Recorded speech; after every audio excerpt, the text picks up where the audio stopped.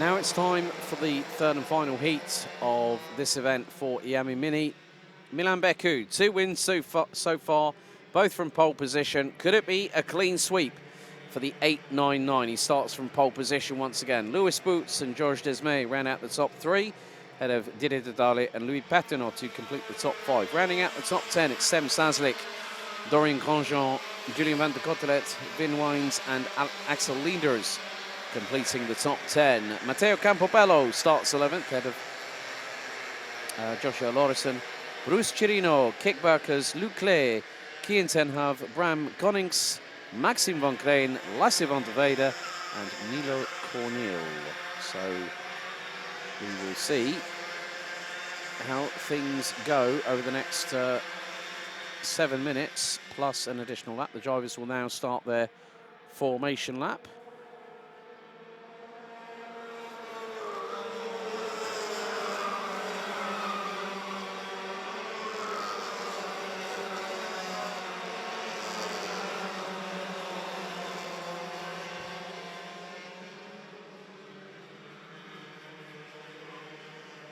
So the temperature is the highest it's going to be all day long, and we are approximately just under 1 hour and 40 minutes from sunset.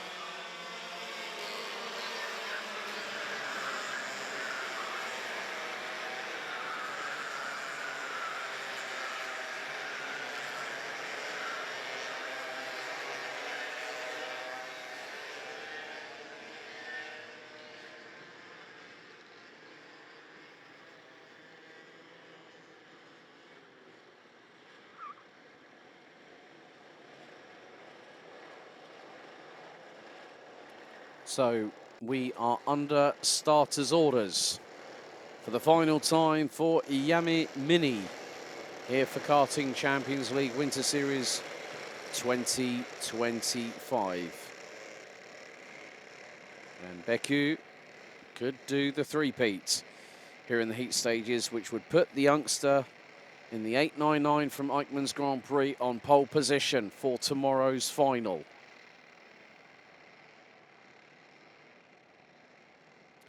And the youngsters are keeping us waiting.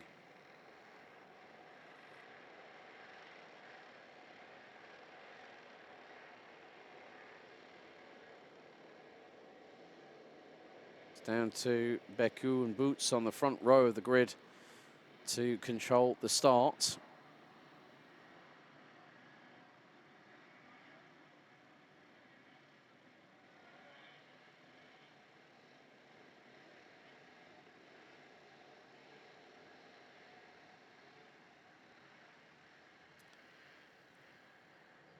So drivers instructed to slow. They split, head into the tram lines, and for the final time, revs up, lights on, lights are out. We're underway. Good start by Milan Beku as the field makes its way through into turn 1, but we've had a multiple card incident. One going up into the air, one backwards into the barriers. We've got yellow flags off of Marshall Post 2. I think that's Marshall Post 2. 3 carts beached on the outside of the exit of the first corner. All 3 drivers, however, I'm happy to report are okay. They've got out of the carts, and looks like Marshall teams are on site and assisting the drivers. So we go from what will be 19 to 16 drivers. There were 3 that came together, and then one did a Knight Rider turbo boost jump over somebody else just by being caught out. You can be completely unsighted. And the 3 drivers, Axel Lienders, Bruce Chirino and Matteo Campobello, they are now out of the race, but they're all to safety. And right, we've got a yellow flag on the start-finish straight, which meant that Georges Desmais had to slot in behind Milan Beku. So actually, it's Axel Lienders I've just seen. So Bruce Chirino, Axel Lienders and Matteo Campobello, the 3 drivers. So 866, 855, 875. And again, once again, big thank you to the marshals for being able to deal with that situation and get that sorted out very, very quickly indeed.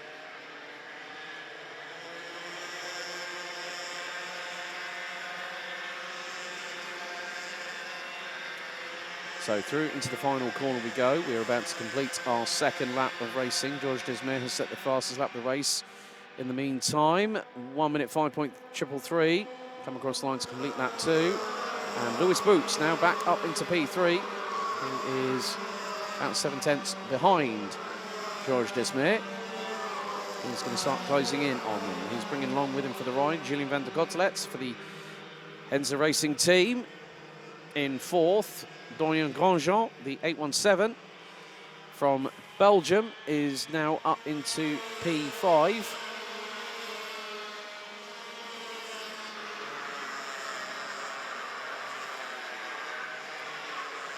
Dorian running with the team based out of this very circuit, Euro Karting. Okay, 854. Joshua Lauriston has just been pinged by race control for overtaking under yellow flag conditions. So that will probably be why they probably saw the yellow flag on the start-finish straight and saw that it happened. Well, Georges Desmarais did the right thing, saw the yellow flag, was nearly alongside Milan Becu and pulled in behind him. So a very, very good bit of judgment. One of the big things that these drivers are instructed of. And effectively, more to the point, you are told in the briefing what is expected of you by the race director.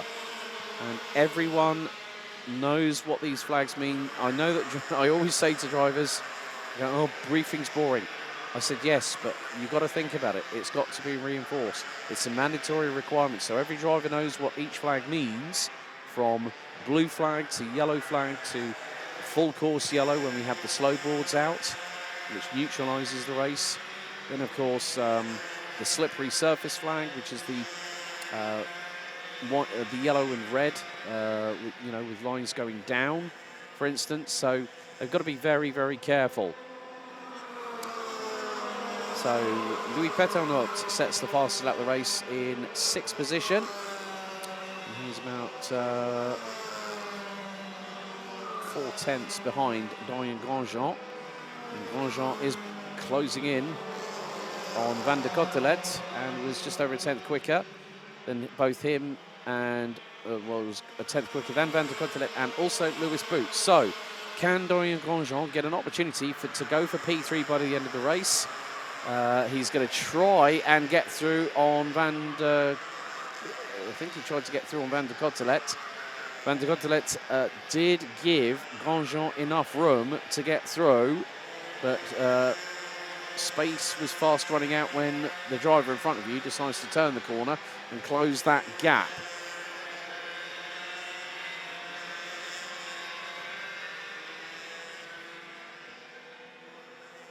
Milan Becu still holding on to the race lead after 5 laps, 8 laps scheduled, and there is a move. That's Dorian Grandjean finally getting through on Julien van der Cottelet, and that is for 4th place on the road. Now Grandjean can go chasing after Lewis Boots up the road in P3. And Grandjean was only 4 and a bit tenths of a second behind. And it's going to be dependent on their splits. Lewis Boots was probably about over 85 thousandths of a second quicker than Grandjean in the first sector on the previous lap. There's Didier Dedalle closing in on Louis Péternot in the 837. So they go through Escargot. Dorian Grandjean,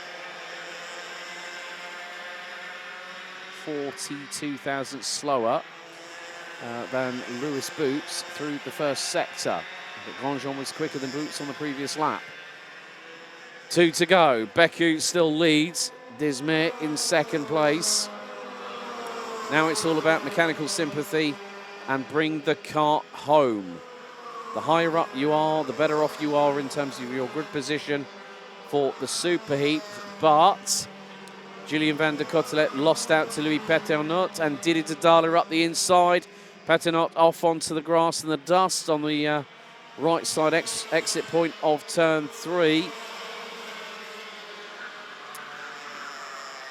And there is Dorian Grandjean closing in on the back bumper of Lewis Boots for 3rd place.